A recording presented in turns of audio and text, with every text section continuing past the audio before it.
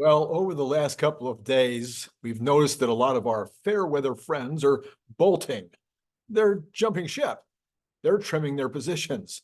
They're talking the stock down. They're pushing the narrative to future years. They're dissing the leadership, and they're just being wimps.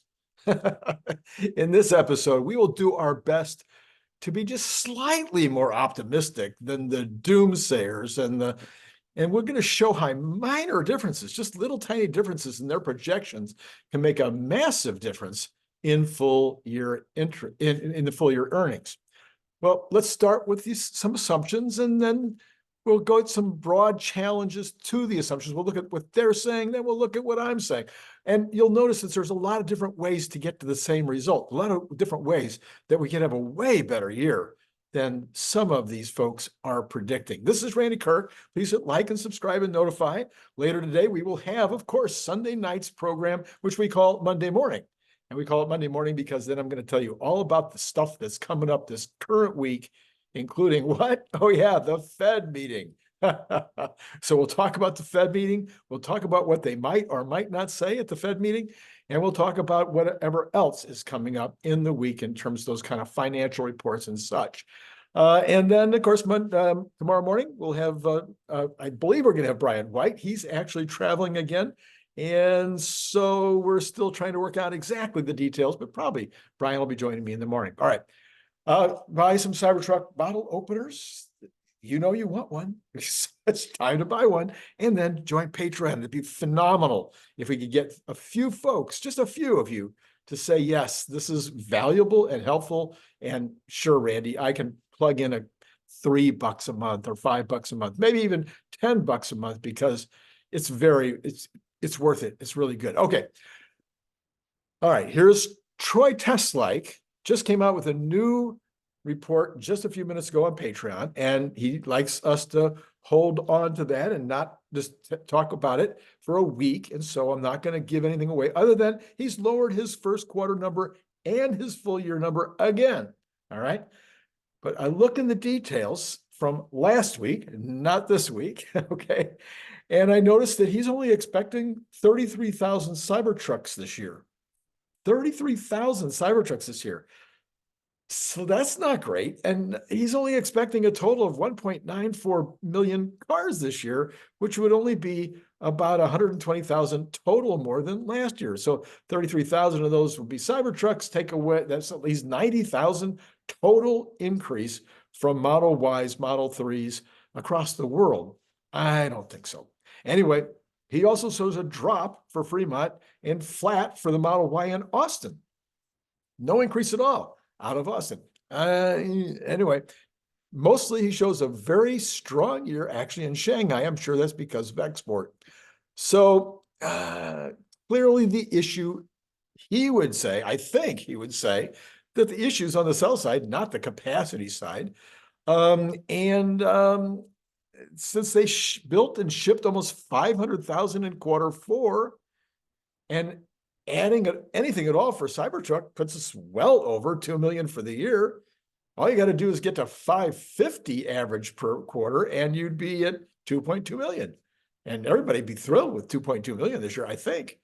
I wouldn't be ecstatic, but I would be happy. 2.4 is the number I kept thinking they could do.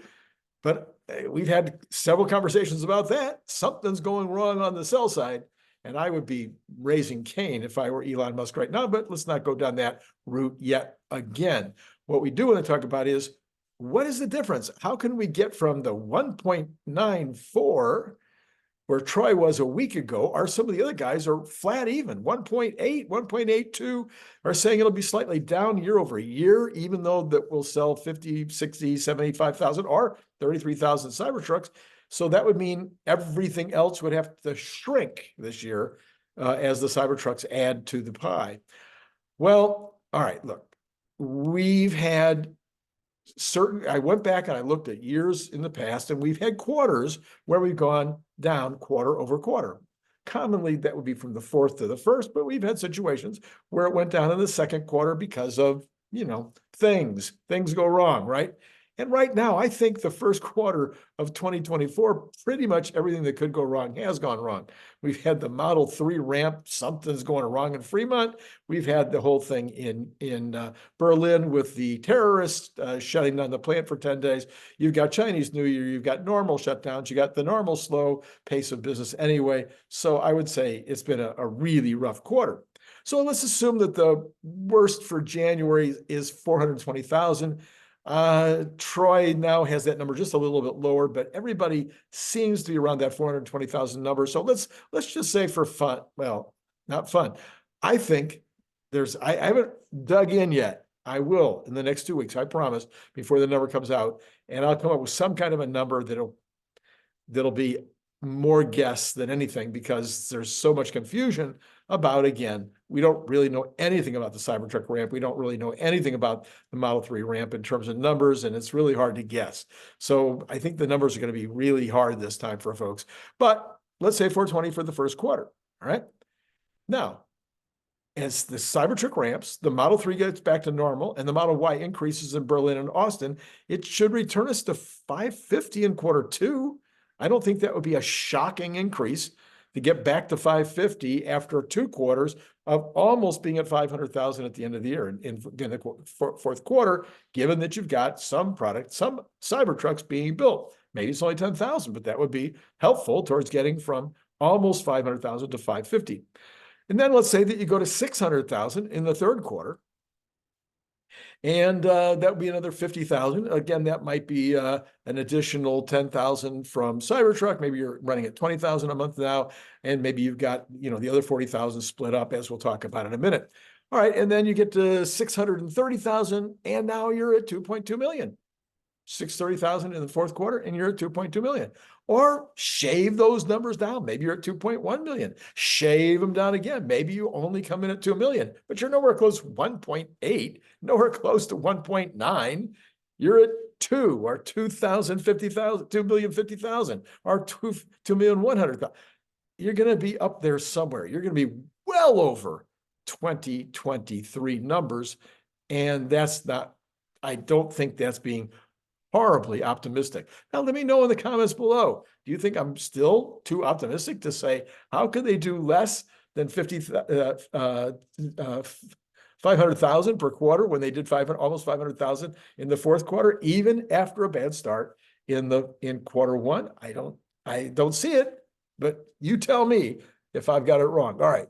Now, you might ask, I get the Model 3 getting back to normal. That makes sense. And you're okay with the Cybertruck ramping, at least to double Troy's number he's got it at 33,000. Everybody seems to think it'll be 75,000, and there's every evidence that it's ramping smoothly. So then the rest of it really has to come from Model Y, right? That is the hard part. So if you just figure, even with last year at 75,000 Cybertrucks, you would be at 1.9, let's call it round numbers. So, and you'll probably get some advantage from the Model 3s, and maybe better production in Shanghai overall gets us to pretty darn close to 2 million. So anything from, say, 195 to 2.2, that's going to have to come out of Model Ys. All right, how are we going to do that? Well, number one, I think you're going to get the natural continuation of increased demand for BEVs. There's going to be additional exports out of Shanghai, out of Europe, and maybe even out of the US. And then you've got advertising. All right. So let's start with the increased demand. I don't buy what they're telling us in the mainstream media about US and European populations losing interest in BEVs. According to Tony Seba, we should be looking at another 50% growth. Now, you're not, these S curves are not 100%. They're going to have choppiness in them. So maybe this year it's only 30% growth. All right, we'll go with 30% growth in the US and Europe. Okay, if we get 30% growth in the US and Europe, we'll get the 300,000 Model Ys that we need, because guess what? It's not going to come from anybody else. It's not going to come from General Motors or Ford. It's not going to come from Rivian or, go down the list. I mean, you've got the only other really serious player on the planet, BYD, is almost entirely in China and not doing so great in Europe, but they'll take a few units of sales, but I don't think they're going to take any units from Model Y in Europe. So I'm just saying 30% increase, you're there. If there's a 30% general increase in BEV adoption in Europe and in the United States, we're going to get the numbers. So that would be just number one. Okay, so then, and there's just nothing else to fill it. All right, sure. And then you got Cox Automotive speculating that there will be about 300,000 additional BEVs in the US this year, 300,000 more sales than last year. Well, if 75,000 out of 300,000 even comes from the truck, which I'm not sure they were counting that in there, but let's say they were, then that only means you get another 150,000 from Model Y, because where else to get? So yeah, 75,000 has got to come from Rivian. Just go down the list. That's fine. Okay, they'll get the other 75,000, but you're not going to sell a lot of Fords or General Motors, or you know the other brands. Okay, we're going to say now that the doom and gloomers are right, and that total units stay at 1.8 million. Well, what about the margins? They're saying the margins are going to go down too. We're going to go from 17% down to 12%. We'll have to go, margins have to drop to 12% to stay even. And that's taking into consideration that everybody believes, I think everybody believes, that Tesla will continue to drive down the costs. So you've heard Jeff Lutz say he thinks they're going down 2% per quarter. Well, they were going down last year, 2% per quarter. He believes there's every reason to believe they will continue to, as battery prices are coming down, lithium prices are coming down. Tesla's going more vertical in terms of their battery production. You got the 4680s that are going to, hopefully, that are more and more 4680s being made, and then just normal ramping benefits that we get at all the factories. Then we should have that same 2% per month. So somehow, we're going to have fewer sales.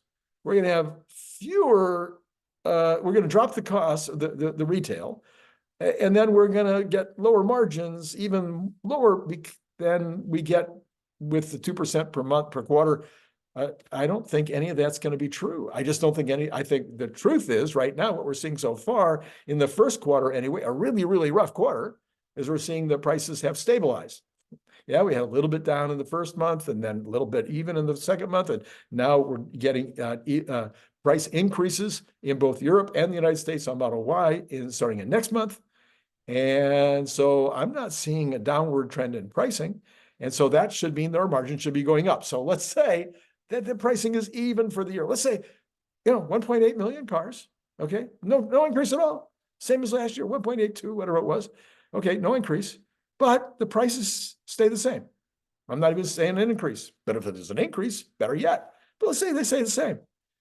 And let's say that we do drop 2% per quarter in terms of cost of goods sold.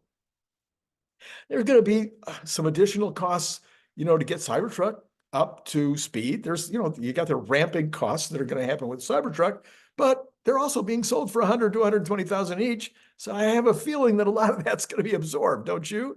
And then you got some costs out of Fremont because of the Model 3 changeover to Highland. But I don't think that's going to cut very deeply into these other cost advantages that we'll be getting out of Austin, Berlin, Shanghai, and Fremont based on continued production benefits and cost of goods from raw materials being cheaper, et cetera, et cetera, et cetera. So I just don't get it. I don't see it. Okay. So I'm saying we probably go, instead of going from 1.7 to 1.4 or 1.2 or what, I mean, I'm sorry, I'm saying those wrong? From 17% margins or 17.5 where we were, dropping down to 14 or 12% margins. I see every reason to believe that if we stay even on sales, it's very likely that margins are going to go up. And in fact, we might see both. We might see sales go up and margins go up. So far, at least this year, that is the trend. So maybe we're looking at 20% margins or 21% margins next year, and that would be a big benefit to the bottom line. Then, of course, we're talking about advertising. That we're just starting this ad campaign that they're doing with social media. I can tell you for an absolute fact, social media advertising works. I'm not saying that based on the fact that I've been able to make it work, although I have. I'm saying it based on the fact that if it wasn't working, people would stop doing it. Don't you know? I mean, you're either getting your return on investment from doing your social media advertising or you're not. So the advertising that Tesla is currently doing on YouTube and other social media settings, it's apparently and pay-per-click on Amazon, I mean, on Google, apparently that's working. And so as they ramp that up, they can see how it's working and see whether it's getting the desired effect or not, and then make it bigger and bigger and bigger. Hopefully, they're starting to see some results out of that, and maybe that's why the prices are going up in April. Well, so let's see here, a couple of hidden potentials.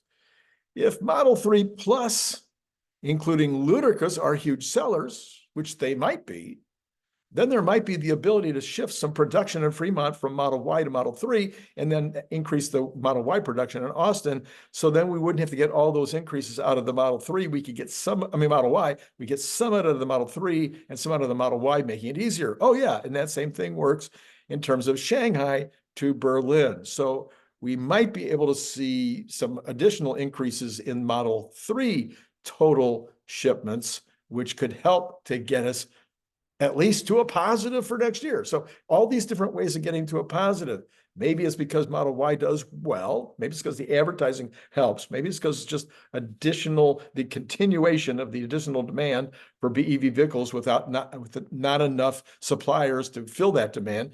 Maybe it's because of the Cybertruck combination with all of those above. So many different ways that this could happen. All right, so what else? Okay. Then finally, there's the other category. Yeah, then there's the other category. Let's say, I don't think that the Tesla automotive division will make less money than they did last year. I don't think they will make the same amount of money that they did last year. I think the Tesla automotive division will sell more cars. I believe they'll sell them at a higher margin. And I believe that they will make more money total for 2024 than they did 2023. I don't think that's a big stretch. Maybe, again, let me know in the comments. Maybe you think that's really a big stretch. Well, I've never seen it happen before, and maybe it'll happen this year. I'm saying it's a positive, but for fun, let's call it flat, just flat. They're just flat for the year.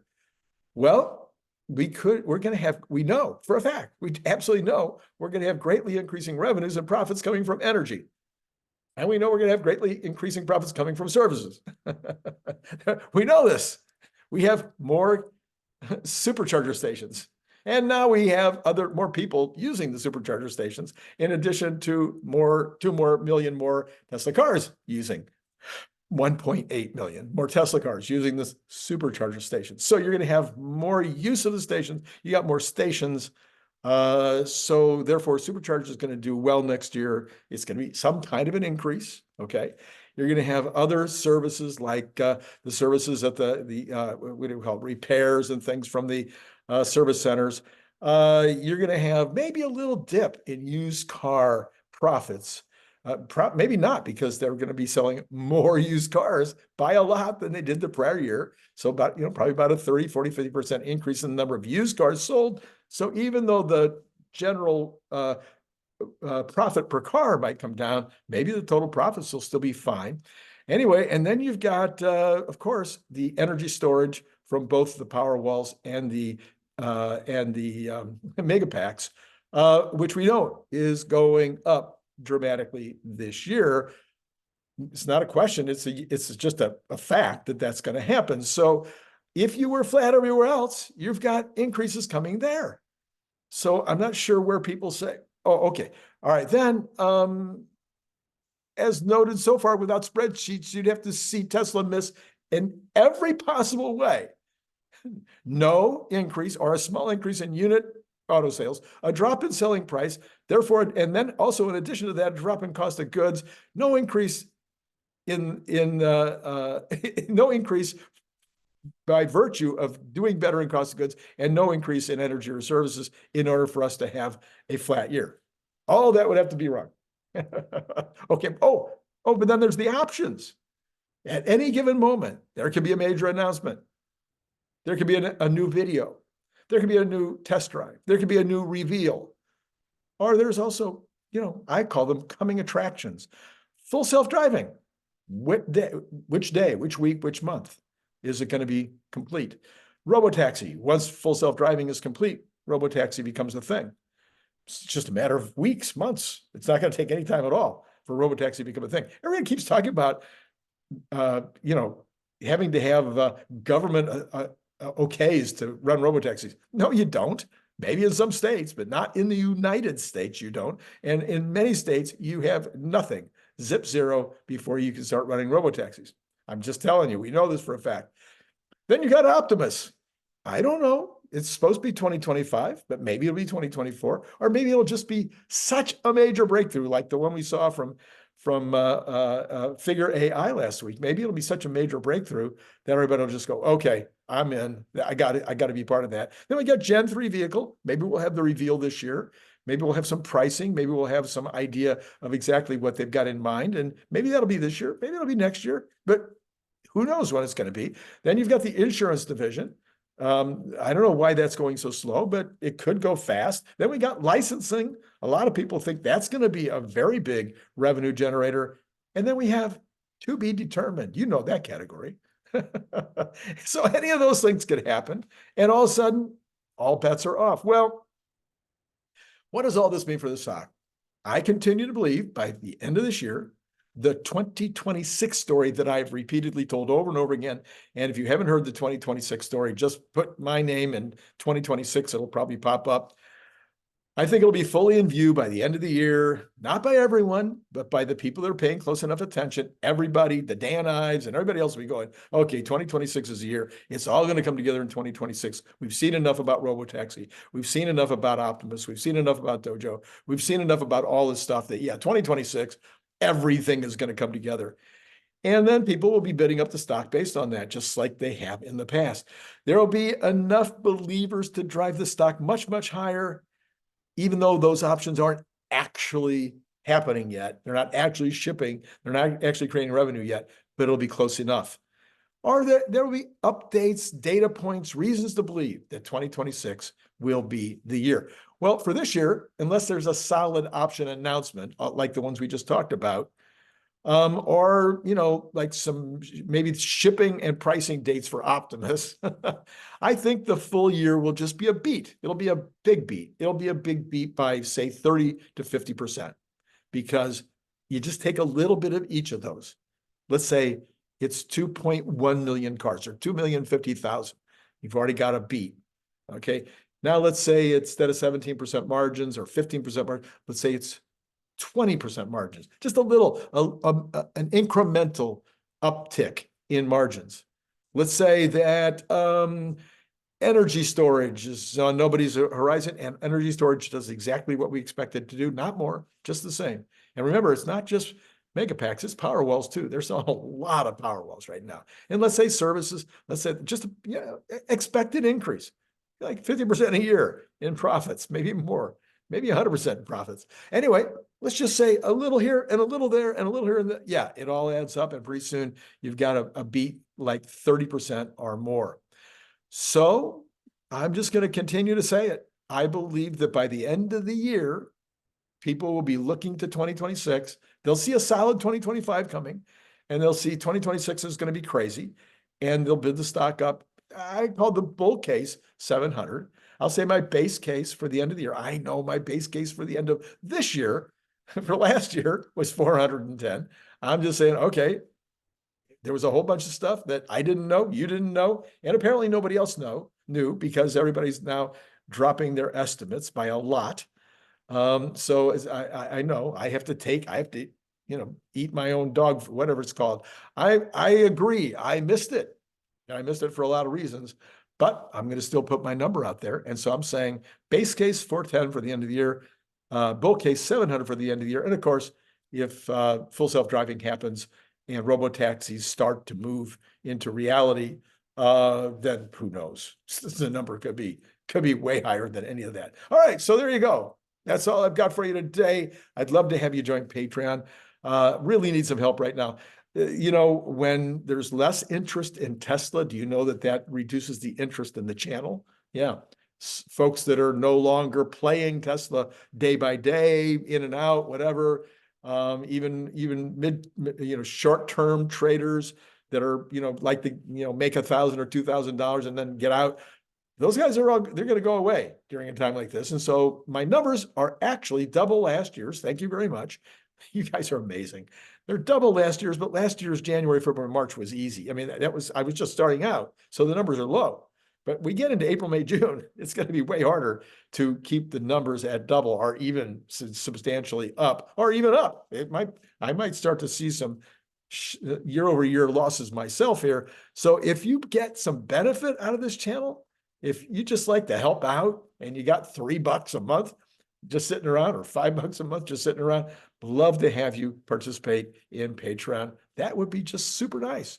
And then I'll look forward to seeing you later tonight where we talk about next week in terms of what's going to be taking place in the financial world and in the Tesla world. And we will also give you Tesla news. Whatever's happened in the last 24 hours, that's included in the Sunday night program as well. So see you in a little bit. It's been great talking to you.